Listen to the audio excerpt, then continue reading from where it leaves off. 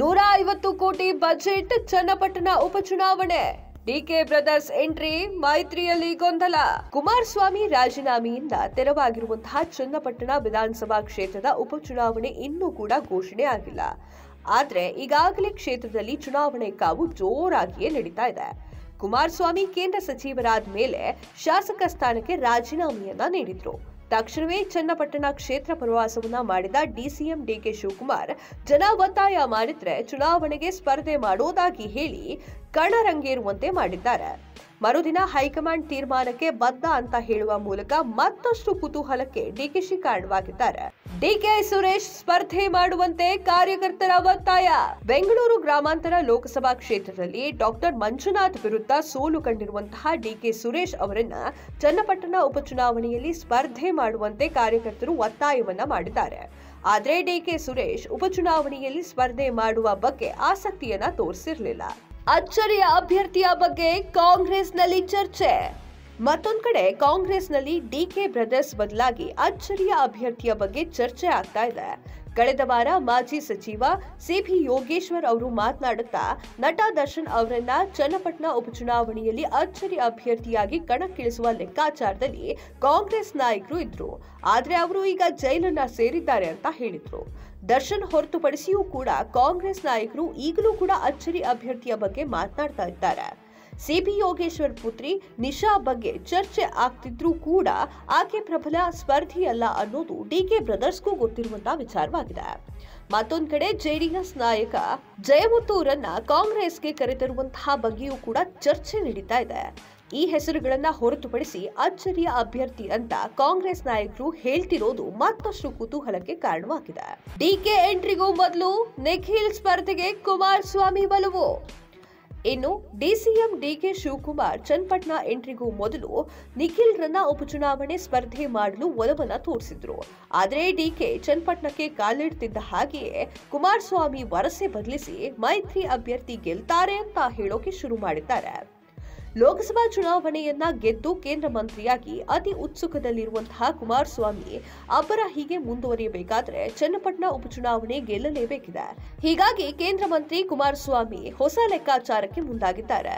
ಇದು ಜೆಡಿಎಸ್ನ ಸ್ಥಾನ, ಹೀಗಾಗಿ ಈ ಸೀಟು ಜೆಡಿಎಸ್ಗೆ ಬೇಕು ಅಂತಿರುವಂತಹ ಕುಮಾರಸ್ವಾಮಿ ಬಿಜೆಪಿ ನಾಯಕ ಸಿಪಿ ಯೋಗೇಶ್ವರ್ ಅವರನ್ನೇ ಜೆಡಿಎಸ್ ಅಭ್ಯರ್ಥಿಯಾಗಿ ಸ್ಪರ್ಧೆ ಮಾಡುವಂತೆ ಕೇಳಿದ್ದಾರೆ ಅಂತ ಹೇಳಲಾಗ್ತಾ ಇದೆ.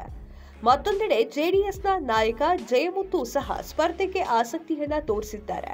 ಆದ್ರೆ ಯೋಗೇಶ್ವರ್ ನಿರ್ಧಾರ ಸಹ ಬಹಳ ಮುಖ್ಯ ಅನ್ನೋದು ಕ್ಷೇತ್ರದ ಪರಿಸ್ಥಿತಿಯಾಗಿದೆ. ಯೋಗೇಶ್ವರ್ಗೆ ಅವಕಾಶ ನೀಡದಂತೆ ಅಶ್ವಥ್ ನಾರಾಯಣ್ ಅಶೋಕ್ ಒತ್ತಾಯ. ಮತ್ತೊಂದು ಕಡೆ ಕನಕಪುರದಲ್ಲಿ ವಿಧಾನಸಭೆಯಲ್ಲಿ ಹೀನಾಯವಾಗಿ ಸೋತಿರುವಂತಹ ಆರ್ ಅಶೋಕ್ ಮಾಗಡಿ ವಿಧಾನಸಭಾ ಕ್ಷೇತ್ರದಲ್ಲಿ ಬಿಜೆಪಿ ಅಭ್ಯರ್ಥಿಯನ್ನ ಗೆಲ್ಲಿಸಲು ವಿಫಲರಾಗಿರುವಂತಹ ಡಾಕ್ಟರ್ ಅಶ್ವಥ್ ನಾರಾಯಣ್ ಯಾವುದೇ ಕಾರಣಕ್ಕೂ ಯೋಗೇಶ್ವರ್ ಸ್ಪರ್ಧೆಗೆ ಅವಕಾಶ ಬೇಡ, ನಿಖಿಲ್ನ ನಿಲ್ಲಿಸಿ ಗೆಲ್ಲಿಸೋಣ ಅಂತ ಕುಮಾರಸ್ವಾಮಿ ಬಳಿ ಹೇಳಿದ್ರಂತೆ. ಡಿಕೆ ಚನ್ನಪಟ್ಟಣ ಎಂಟ್ರಿಗೂ ಮೊದಲು ಕುಮಾರಸ್ವಾಮಿ ಸಹ ಬಿಜೆಪಿ ನಾಯಕರ ಸಲಹೆಯಂತೆ ನಿಖಿಲ್ ನಿಲ್ಲಿಸುವ ಬಗ್ಗೆ ಎಲ್ಲರಿಗೂ ಹೇಳುತ್ತಲೇ ಬಂದಿದ್ರಂತೆ. ಸ್ಪರ್ಧೆಗೆ ಒಲವು ತೋರಿಸಿದ ಸಿಪಿ ಯೋಗೇಶ್ವರ್. ಬಿಜೆಪಿ ಎಂಎಲ್ಸಿ ಆಗಿರುವಂತಹ ಸಿಪಿ ಯೋಗೇಶ್ವರ್ ವಿಧಾನಸಭಾ ಚುನಾವಣೆಯಲ್ಲಿ ಕುಮಾರಸ್ವಾಮಿ ವಿರುದ್ಧವೇ ಸೋಲನ್ನ ಕಂಡಿದ್ರು. ಆದ್ರೆ ಯೋಗೇಶ್ವರ್ ಸದ್ಯಕ್ಕೆ ಉಪಚುನಾವಣೆ ಸ್ಪರ್ಧೆಗೆ ಆಸಕ್ತಿ ತೋರಿಸ್ತಾ ಇಲ್ಲ. ಜೆಡಿಎಸ್ ಕಾರ್ಯಕರ್ತರು ಸಂಪೂರ್ಣವಾಗಿ ಬೆಂಬಲಿಸುವ ಬಗ್ಗೆ ನಂಬಿಕೆ ಇಲ್ಲ. ಜೊತೆಗೆ ಬಿಜೆಪಿಯ ಕೆಲ ಸ್ವಯಂ ಘೋಷಿತ ಒಕ್ಕಲಿಗ ನಾಯಕರ ವರ್ತನೆಯ ಬಗ್ಗೆಯೂ ಯೋಗೇಶ್ವರ್ ಅವರು ಬೇಸರವನ್ನ ವ್ಯಕ್ತಪಡಿಸಿದ್ದಾರೆ. ಹೀಗಾಗಿ ಸಿಪಿ ಯೋಗೇಶ್ವರ್ ಚುನಾವಣೆಯ ಸ್ಪರ್ಧೆ ಬಗ್ಗೆ ನಿರಾಸಕ್ತಿಯನ್ನ ಹೊಂದಿದ್ದಾರೆ ಅಂತ ಹೇಳಲಾಗ್ತಾ ಇದೆ. ಒಂದು ಮತಕ್ಕೆ 3,000ದಿಂದ 5,000, 100-150 ಕೋಟಿ ದಾಟಲಿದೆಯಂತೆ ಚುನಾವಣಾ ವೆಚ್ಚ. ಕಳೆದ ಲೋಕಸಭಾ ಚುನಾವಣೆಯ ವೇಳೆ ಒಂದು ಪಕ್ಷ ಮತಕ್ಕೆ 500 ರೂಪಾಯಿ ಕೊಟ್ರೆ ಮತ್ತೊಂದು ಅಭ್ಯರ್ಥಿ ಮತಕ್ಕೆ 1000 ನೀಡಿದ್ದಾರೆ. ಇನ್ನು ಈ ಬಾರಿ ಡಿಕೆ ಬ್ರದರ್ಸ್ ಸ್ಪರ್ಧೆ ಮಾಡಿದ್ರೆ ಮತ ಖರೀದಿ ಭರಾಟೆ ಜೋರಾಗಿಯೇ ನಡೆಯುತ್ತೆ ಅಂತ ಚರ್ಚೆ ಆಗ್ತಾ ಇದೆ. ಒಂದು ಮತಕ್ಕೆ ಕನಿಷ್ಠ 3,000ದಿಂದ 5,000 ದಾಟಿದ್ರೂ ಆಶ್ಚರ್ಯ ಇಲ್ಲ ಅನ್ನೋದು ಚನ್ನಪಟ್ಟಣದ ರಾಜಕೀಯ ಪಂಟರ್ಗಳ ಮಾತಾಗಿದೆ.